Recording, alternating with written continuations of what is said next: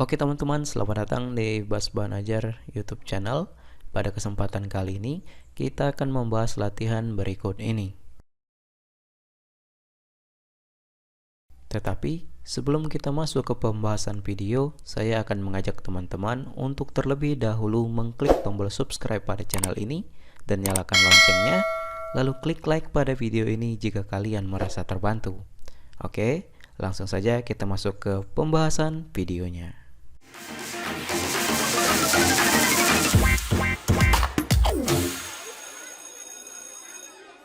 Oke teman-teman, di kesempatan kali ini kita akan membahas latihan yang ada di pembelajaran 3 buku tema 8 kelas 6 SD kurikulum 2013. Kita akan bahas latihan dari halaman 21, ayo membaca, sampai dengan halaman terakhir yaitu di halaman ini, di halaman 28 sampai dengan kerjasama dengan orang tua. Oke, kita awali dari pembahasan awal tadi dari halaman 21. Ini ayo membaca. Cermatilah teks berjudul Kawasan Asia Tenggara berikut ini. Sebelum mulai membaca, lakukan kegiatan di bawah ini. 1. Bacalah judul bacaan dan perkiraan informasi yang mungkin kamu dapatkan dari bacaan. Sajikan perkiraan informasi tersebut dalam format sebagai berikut. Oke, di sini jawabannya. Perkiraan informasinya yaitu tentang kondisi negara di kawasan Asia Tenggara, baik kondisi geografis, posisi atau letak, maupun demografis, keadaan penduduk. Itu jawabannya, silakan kalian salin. Kemudian kita lanjut ke halaman berikutnya. Di sini, ayo mengamati. Perhatikan kembali peta Asia Tenggara. Identifikasilah negara-negara yang ada di Asia Tenggara. Oke, jawabannya. Negara-negara yang terletak di kawasan Asia Tenggara yaitu Brunei Darussalam, Indonesia, Kamboja, Laos, Malaysia, Myanmar, Filipina, Singapura, Thailand, Timur Leste, dan Vietnam. Itu jawabannya. Kemudian di sini tuliskan informasi penting yang kamu peroleh setelah membaca teks kawasan Asia Tenggara. Tuliskan informasi tersebut dalam format yang disediakan dan bandingkan dengan perkiraan informasi yang sebelumnya kamu tuliskan. Apakah kamu menemukan persamaan dan perbedaan? Oke, jawabannya. Perkiraan informasi penting sebelum membaca teks bacaan, yaitu tentang negara-negara yang ada di kawasan Asia Tenggara. 2. Tentang kondisi negara di kawasan Asia Tenggara, baik kondisi geografis maupun demografis. 3. Hubungan antara negara-negara yang ada di kawasan Asia Tenggara. 4. Sejarah negara-negara yang ada di Asia Tenggara. Kemudian informasi yang didapat setelah membaca teks bacaan. 1. Letak astronomis kawasan Asia Tenggara. 2. Letak geografis kawasan Asia Tenggara. 3. Kesamaan kawasan Asia Tenggara. 4. Kawasan Asia Tenggara terletak di daerah tropis. Kemudian, apakah kamu menemukan persamaan dan perbedaan? Jawabannya, ada beberapa persamaan dan perbedaan perkiraan informasi penting sebelum membaca teks bacaan dengan informasi yang didapatkan setelah membaca teks bacaan. Beberapa persamaan itu antara lain tentang kondisi negara-negara di kawasan Asia Tenggara secara geografis, sedangkan perbedaannya antara lain adalah letak Asia Tenggara juga dibahas secara astronomis, sedangkan perkiraan sebelum membaca adalah secara demografis. Perbedaan lainnya adalah akibat letak geografis terhadap cuaca dan kesuburan tanah. Itu jawabannya, silakan kalian salin untuk mengisi di halaman latihan di halaman 23. Kemudian kita lanjut ke halaman berikutnya. Di sini ayo mengamati, ayo berkreasi di halaman 25. Dari informasi yang kamu peroleh ditemukan fakta-fakta menarik tentang Singapura. Garis bawahi kata kunci dan informasi penting yang kamu dapatkan dari bacaan. Olah kembali informasi tersebut dan sajikan dalam bentuk kartu informasi tentang Singapura. Dalam kartu informasi tersebut sajikan fakta-fakta yang menceritakan tentang kondisi alam Singapura dan fakta menarik lainnya. Oke, jawabannya. Singapura. Kondisi alam Singapura yaitu Pulau Singapura merupakan pulau terbesar. 2. Hampir seluruh wilayah berupa daratan rendah, dataran rendah. 3. Singapura berbatasan dengan Malaysia di Selat Johor. 4. Memiliki 63 pulau kecil. 5. Bukit Timah merupakan lokasi tertinggi di Singapura. Kemudian fakta menarik tentang negara Singapura. 1. Merupakan negara terbersih di kawasan Asia Tenggara. 2. Negara kecil namun negara paling maju di Asia Tenggara. 3.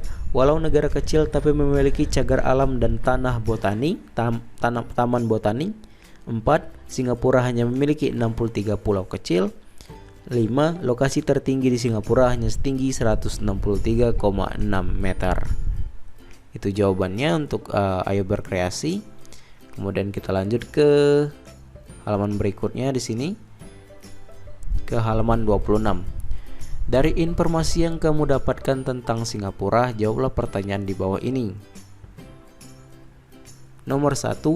Tuliskan hal-hal positif yang dapat kita contoh dari negara Singapura. Jawabannya, hal positif yang dapat dicontoh yaitu Singapura negara terkecil namun menjadi negara paling maju di Asia Tenggara. 2. Singapura menjadi negara salah satu tujuan wisata dunia. 3. Singapura menjadi negara terbersih di dunia. 4. Warga negara Singapura sangat patuh terhadap peraturan. 5. Singapura merupakan negara dengan aturan yang ketat. Nomor 2. Menurutmu mungkinkah negara Indonesia menjadi salah satu negara terbersih di dunia seperti Singapura? Jawabannya, Indonesia bisa saja menjadi salah satu negara terbersih di dunia. Nomor 3. Apa yang harus dilakukan oleh masyarakat dan pemerintah Indonesia untuk mencapai tujuan tersebut? Jawabannya, yang harus dilakukan yaitu 1. Tingkat kesadaran warga Indonesia harus terus ditingkatkan. Kemudian tingkat pendidikan warga Indonesia harus terus ditingkatkan. 3. Pemerintah Indonesia harus membuat aturan yang ketat. 4. Pemerintah Indonesia harus adil dan hukum tidak tebang pilih. 5. Pemerintah harus menyediakan fasilitas umum yang memadai. 6. Warga Indonesia harus turut serta berperan aktif dalam menjaga fasilitas umum. Kemudian nomor 4. Menurutmu apakah kebersihan negara Singapura merupakan hasil kerjasama pemerintah dan warga negaranya? Jawabannya, kebersihan negara Singapura merupakan hasil kerjasama antara pemerintah dan warga negaranya. Warga negara Singapura mendukung program pemerintah dan pemerintah Singapura membuat aturan-aturan yang bermanfaat serta menyediakan fasilitas-fasilitas penunjang. Itu jawabannya, silakan kalian salin. Kemudian kita masuk ke halaman selanjutnya, halaman 27. Ayo mengamati apa yang dapat kita lakukan di rumah untuk menjaga lingkungan. Jawabannya, yang dilakukan yaitu pertama, membuang sampah pada tempatnya, menanam pohon di sekitar rumah, menjaga kebersihan lingkungan rumah, tidak membuang sampah di sungai, mendaur ulang sampah menjadi kompos, memisahkan sampah sesuai dengan jenisnya, melakukan gotong royong membersihkan rumah, tidak membuang limbah ke sungai, menutup saluran pembuangan air, sosialisasi mengenai pentingnya menjaga kebersihan. Itu jawabannya, silakan kalian salin. Kemudian kita lanjut di sini ke ayo berkreasi. Buatlah sebuah poster isinya tentang rencana aksi yang akan kamu lakukan di lingkungan rumahmu sebagai cerminan pelaksanaan kewajibanmu. Tempelkan postermu di dinding dekat meja belajarmu. Gunakan poster tersebut sebagai pengingat tentang kewajibanmu dalam menjaga lingkungan rumahmu.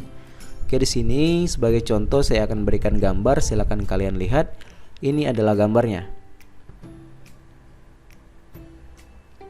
Oke, silakan kalian stop videonya, kemudian screenshot, ubah, edit, potong gambar, buang yang tidak perlu, kemudian print. Kita lanjut ke ayo renungkan. Apa pendapatmu tentang kegiatan pembelajaran yang kamu lakukan hari ini? Menurutmu apakah hal-hal yang kamu lakukan dalam dan pelajari hari ini memberikan manfaat bagimu? Jelaskan.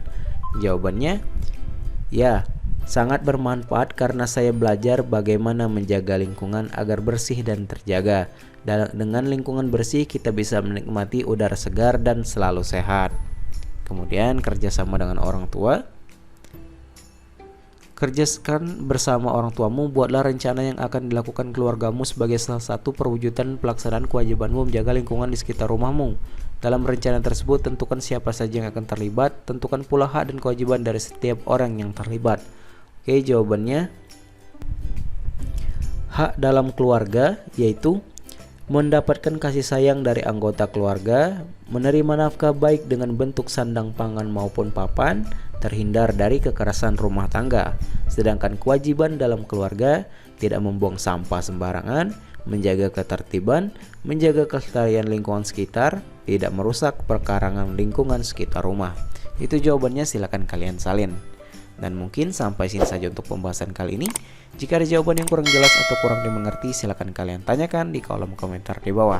Saya akhiri video ini dan sampai jumpa di latihan berikutnya.